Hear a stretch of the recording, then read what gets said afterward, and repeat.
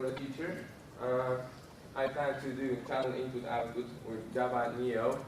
It's a Java package that contains methods for non-blocking and non-blocking operation. So it will be easier to implement those commands in Tcl. And then when the Tcl 8.4 will be finished, I will try to get Java to the 8.4, 8.5. You know, that's a major step to do it, so we will see. And another plan worth considering is a Swank project. Swank is a TK implementation in Java. So it defines that TTK is really important and interesting. It's worth considering to get into Swank, which is pre-alpha now. Okay, where to find more info? We have TclJava user and TclJava mailing list at SourceForge. This is a link to the SourceForge page. And if you want to get more info about this project and Chapel or TclJava, contact me, Tom Poindexter or Modeo, which you probably know. Thank you.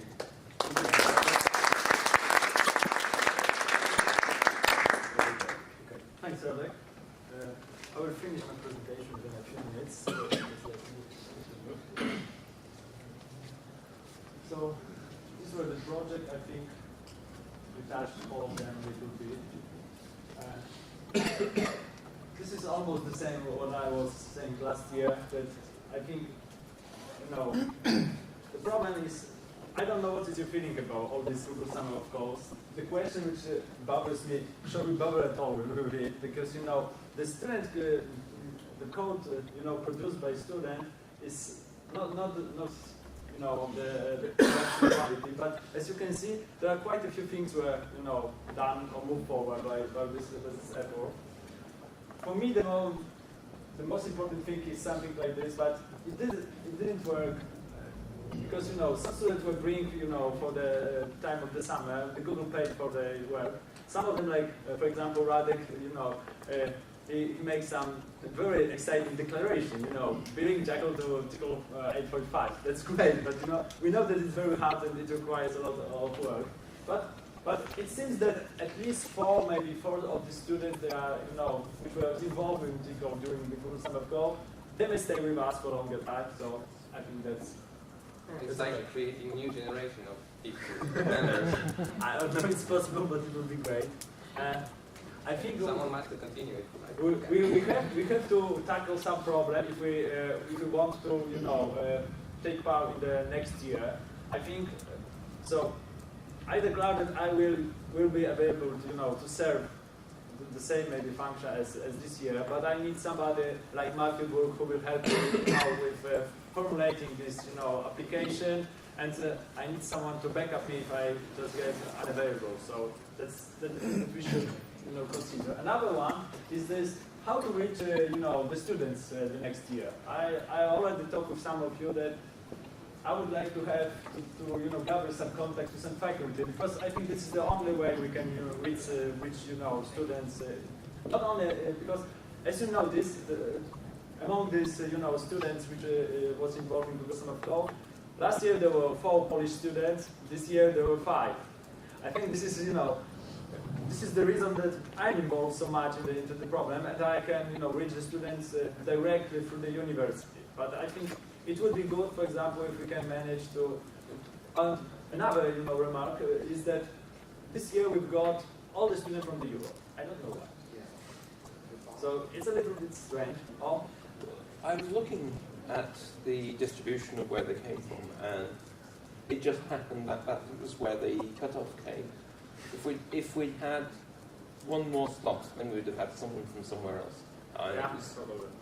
It just happened to be that way, and this year it was Europeans who did the best application. Absolutely, it seems so. But I think that we, for example, I just wonder why there was even no application from the US. it's really strange for me because approximately 30% of students in the other project, they are from US. And another one, I would like to reach student in India, and I think that we have somebody from India who can help us maybe next year. And I think that there are quite a few, very talented students in the former Soviet Union bloc. Because in Russia, I think there are quite a few. I will try to contact, the candidates which were applying for this regular stuff. Maybe we can somehow, involve them.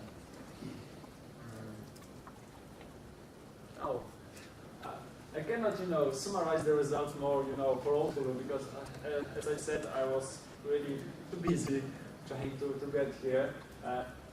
So the question is still open. After the conference, I will have a few weeks, maybe.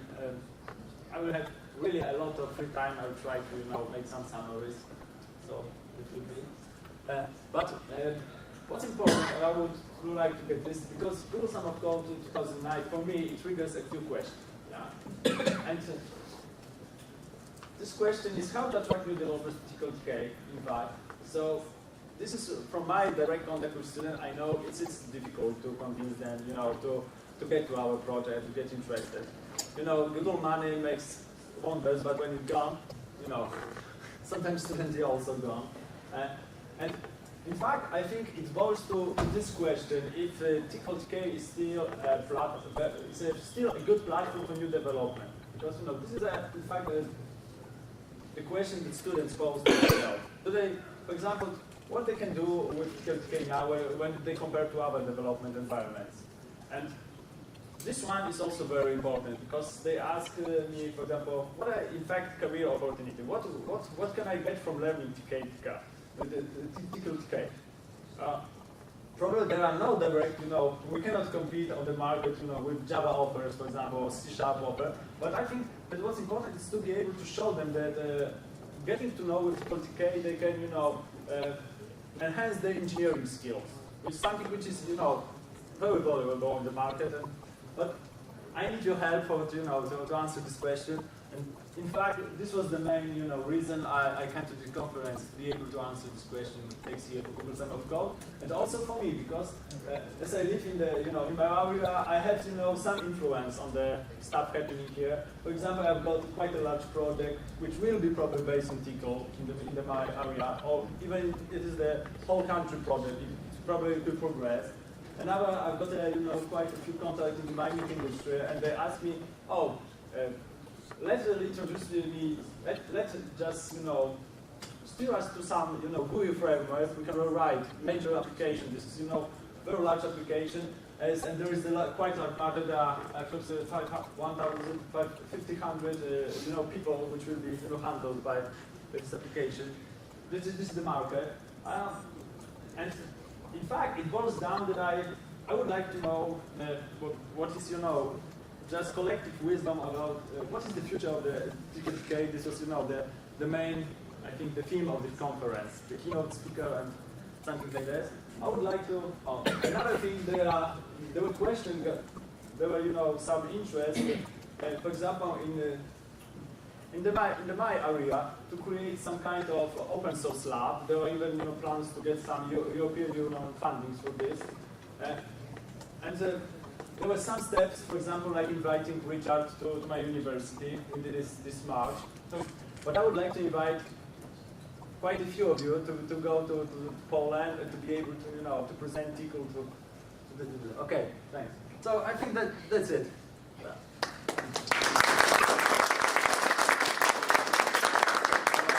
Sorry for extending. Okay. I forgot the most important thing. I would like to thank you, DKF, KPK, Cliff Flint, Steve Landers, and other members of Tickle Association for your support during my project and for inviting me here. It's a great opportunity to get to know of you and to get into the Tickle Association. Thank you for that. We'll have one more time, and we've got next one doesn't start about 10:15, so we have plenty of time. Somebody needs to run to the bathroom, grab some coffee, and we'll pick back up at 10:15 with, I guess, Arjun and his framework for flood risk analysis in the Netherlands. present a talk I also presented in Strasbourg this year. It's about flood risk management, assessment, sorry. As you may know, the Netherlands is a low country. In fact, that's what the name means. Most of the rivers in Holland are surrounded by dikes. Quite a lot of the country is in fact below sea level. And dikes are, for us, one particularly important way to keep our way of living.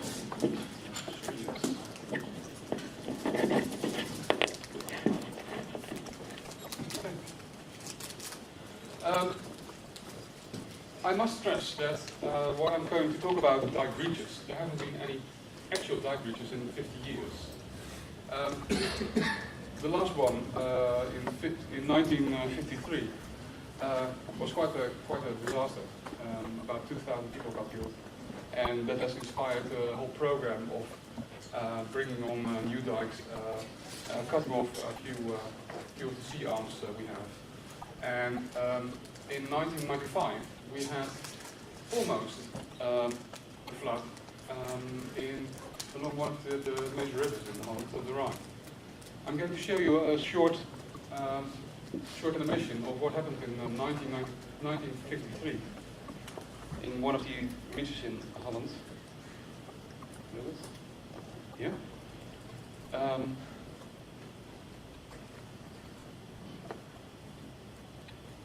Just to give you an impression. This is a simulation of what happened then with the water entering this low polder, as we call it. This kind of simulations are used to determine plans for evacuation, plans for installing extra dikes to keep the water from flowing too fast, so evacuation can't take place.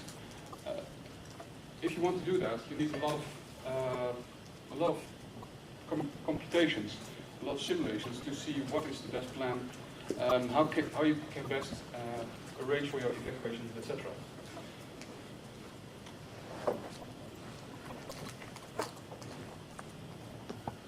But this is in fact what we have been trying to do in this particular project. The study area is not this small part of the country which I just showed, but this area over here, where we have the Rhine and Meuse coming into the country. It's an area with about 2 million people, quite a lot of agriculture, and because here we have the entrance of the Rhine, the largest river in Holland, that's one of the most likely parts for a dike breach.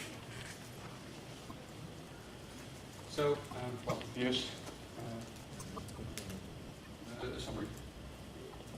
This is a more detailed picture of the area. We have the River Rhine over here.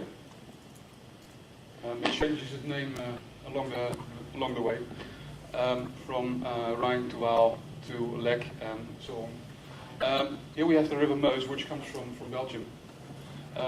It goes along and it joins here. Here's another region with land surrounded by these rivers. This is the study area for this project. And what's important is that a dike breach in such an area can mean that you have lower water levels downstream, so a release in fact for the dikes. But it can also mean that on other parts you have water coming in from the other side of the dike, so you have a more pressure from the land side. The modeling approach we took, all this was done with numerical models, is to select a number of locations for possible dike breaches. Is it possible to model actual dike breaches for for the whole stretch of dikes? So we selected a number of locations where this could be likely. We compute the water flow inside the rivers, and if there's a dike breach, what happens with the water over land. And we estimate how many casualties there will be, how many economic damage there will be, based on geographic maps of population and land use. So here's a typical result of such a flooding. As you can see, here we have these rivers, and the whole low-lying land in between is flooded by a dike breach. I'm not sure which of these locations it was where the breach occurred, but the water filled up the whole land here. The modeling system consists of a large number of programs. All of these programs were developed separately. In fact, this was developed by another institute. That program selects the strength of dikes, the flood parameters, etc. And we have a number of scenarios to cope with. All these scenarios are computed using the hydrodynamic model. The results of that are then passed on to the next program, which is a program to estimate how many casualties you would have and how much damage. And in the end, we get all this information and put it into a nice graph showing what kind of risk we have in this situation. This is a summary of that modeling system. So a Monte Carlo simulation, before setting up all the scenarios, the stochastic properties are the flood's maximum flow rate, the strength of dikes, because you can express the strength of a dike in a number of parameters, but they are only known approximately. Height is one of them, but also the how do you call it? Dikes also have to withstand the water pressure. So there are a number of ways to describe that, and all in all, there are about 20 parameters involved, of which are not all known exactly. So what happens in the first step is that we select a number of flood parameters, a number of dike strength parameters, and decide whether that may give a dike breach. And that's done with just a few criteria. Mainly that a flood will cause a high enough water level. In the end, we have about 3 times 100 scenarios to calculate. 3 sets of potential dike breach locations and 100 scenarios to get a feeling for what happens if not this point will break, but another point. The hydrodynamics is modeled using a fine-grained terrain model. So the area you saw was modeled using a grid of 100 by 100 meters. The flood coming in from the Rhine upstream and the Meuse upstream is modeled using a standard curve based on actual flood waves we've had in the past. The periods we simulate are 2 weeks for fairly moderate floods to about 3 months, because that if the flood wave is very large, so you have a large flow rate, that will take a large amount of time to build up and to get back to a normal situation again.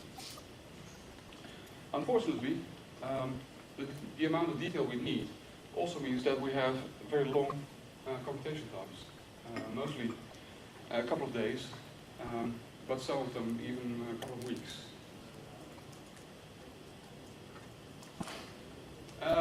In the last part of the whole computation, we use maps of the population density, of land use. We use the results of the hydrodynamic calculation, notably water levels and velocities, low velocities, because these are important for the kind of damage that occurs.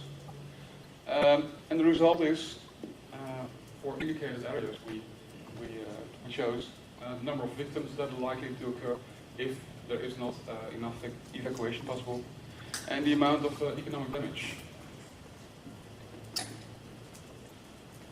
So, in the end, we have all the results from these scenarios. And you can make it an histogram of, for instance, the number of casualties to be expected for each of these scenarios. And it turns out in this case that you have most scenarios indicate something between 700 and 1,000 victims, and similar things you can do for the economic damage. Now, my job was to make all these computations happen. As I said, it's all different programs running on different sites and different computers, and I had to have some way of managing all these data files and getting all the programs to run in time. So what I did was I automated the preparation of all these computations, and I wrote a little script to make sure that all the computations were being run. And Tcl was my main instrument for that. The preparations are both copying the fixed input files to a separate directory, because that's easier to handle for the various programs.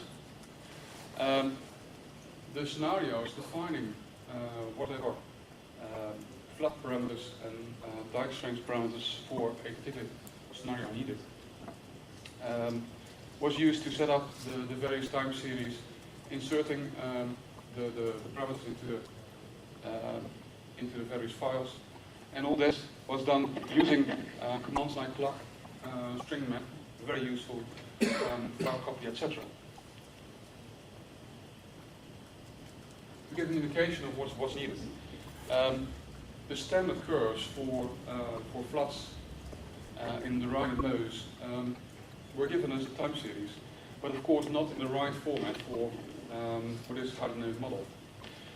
So, with a procedure like this, using clock, using LPM, etc., I was able to convert that time series into the time series for the actual computation. Also shifting it, because one of the parameters in the hard scenarios is the timing between the floods from the Meuse and from the Rhine. All this was done in ways like this, with little tricks, like indicated at the end, to get the thing in the right form. Once that was done, all the jobs were scheduled on the Linux cluster we have. It's a cluster of about 75 machines. And since I'm not the only user, I didn't want to claim all the nodes on this cluster. A lot, but not all. So my script for scheduling these jobs first counted how many jobs I had running, and if there was some room left, I would schedule new ones if available. To do so, it examines the status of various jobs. So has the job started yet? Because if the cluster is busy, then the job is not started immediately. Has it finished? And if so, has it finished successfully? Because in the beginning, our calculations were not that stable. So every once in a while, one calculation would fail, and we would have to start it again after examining what went wrong. So all of these jobs go through a number of stages, and these stages are recorded using small files with imaginative names like running, done, analyze, etc. The script was being run by the cron utility on the Linux, so I just had to give it a first shot, and then for weeks on end, my script would schedule all these jobs.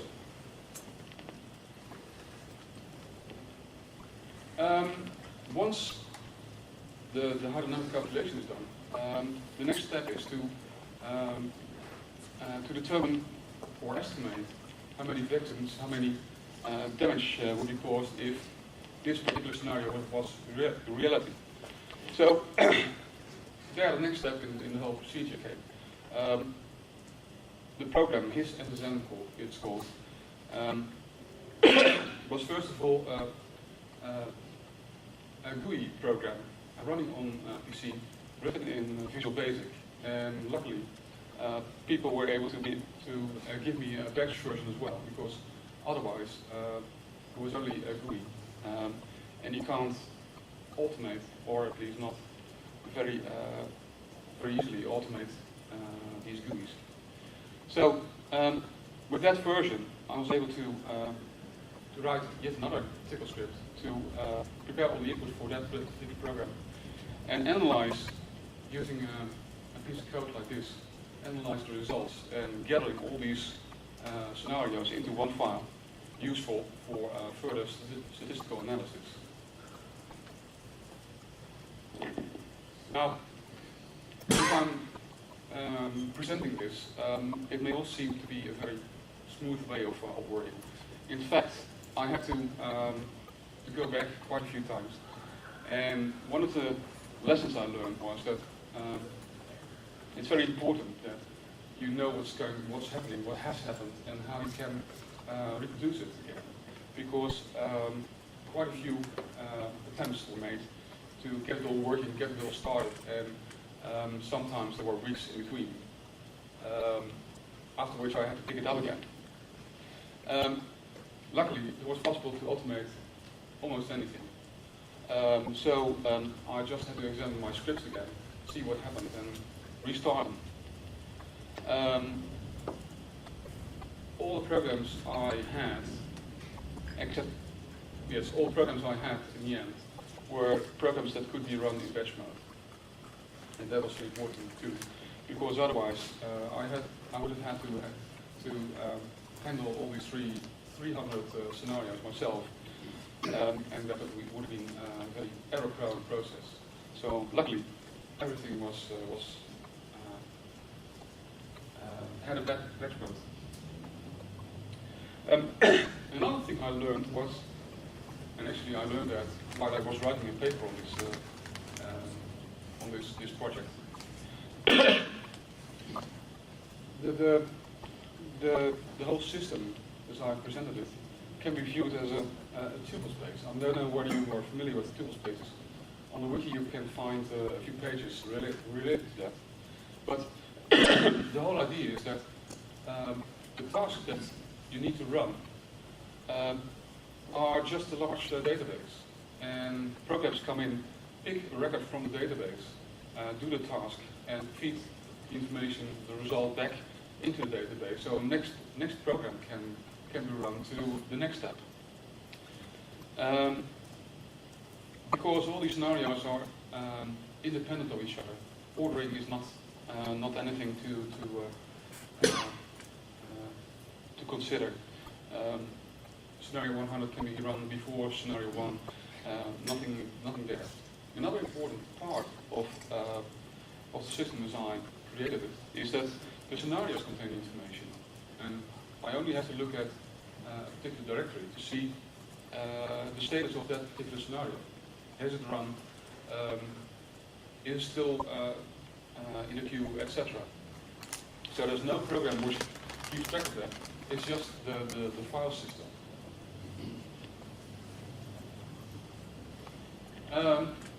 Each record in my database, so to say, contains a few items. The scenario ID, in fact, the record name where I can find everything, and the status of that particular scenario. The scanning program, so this strong script,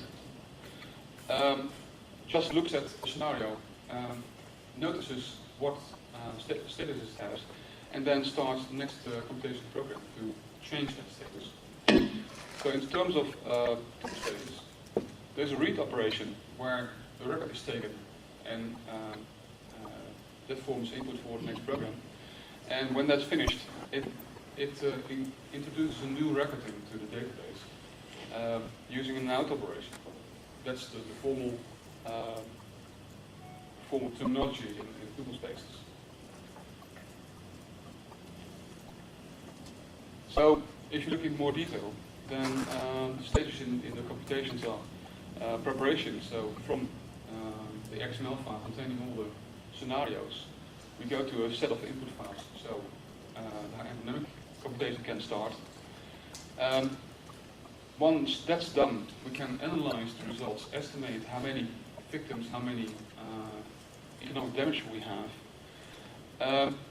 If there is some problem with the scenario, we can examine it, and the status is flagged as the scenario has failed and do something about it.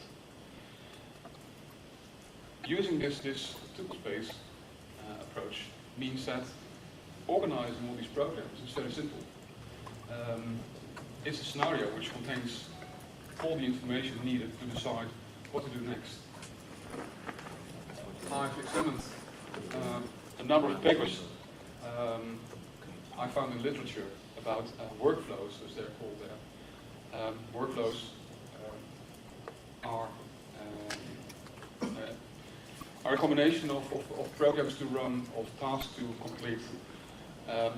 They're almost always described in a formal way using XML. The descriptions of these computations are somehow analyzed and transformed, and there's quite a lot of literature on all kinds of systems doing that. Quite often loops are expanded, and that makes iterations that have an unknown number of iterations a bit tricky. And my impression is that the scatter program that's used keeps track of all the stages. So things are much more complicated than this admittedly ad hoc system that I created. In my setup, I can use loops by introducing the same record over and over again until some kind of convergence has been reached or until the maximum number of steps has been reached.